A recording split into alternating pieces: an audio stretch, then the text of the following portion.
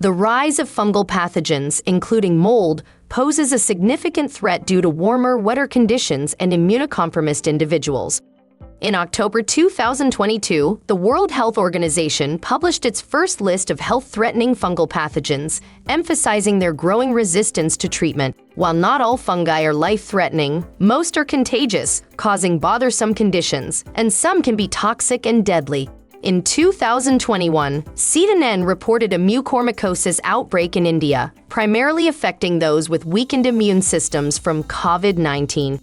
Preventing fungal growth requires moisture elimination, with the CDC advising humidity control, prompt leak repairs, proper ventilation, and carpet avoidance. If a fungal issue arises, the CDC recommends quick moisture removal, disposal of affected items, and cleaning hard surfaces with commercial products or bleach solutions. The World Health Organization emphasizes enhancing diagnostic capacity, increasing surveillance, and investing in research for fungal infections.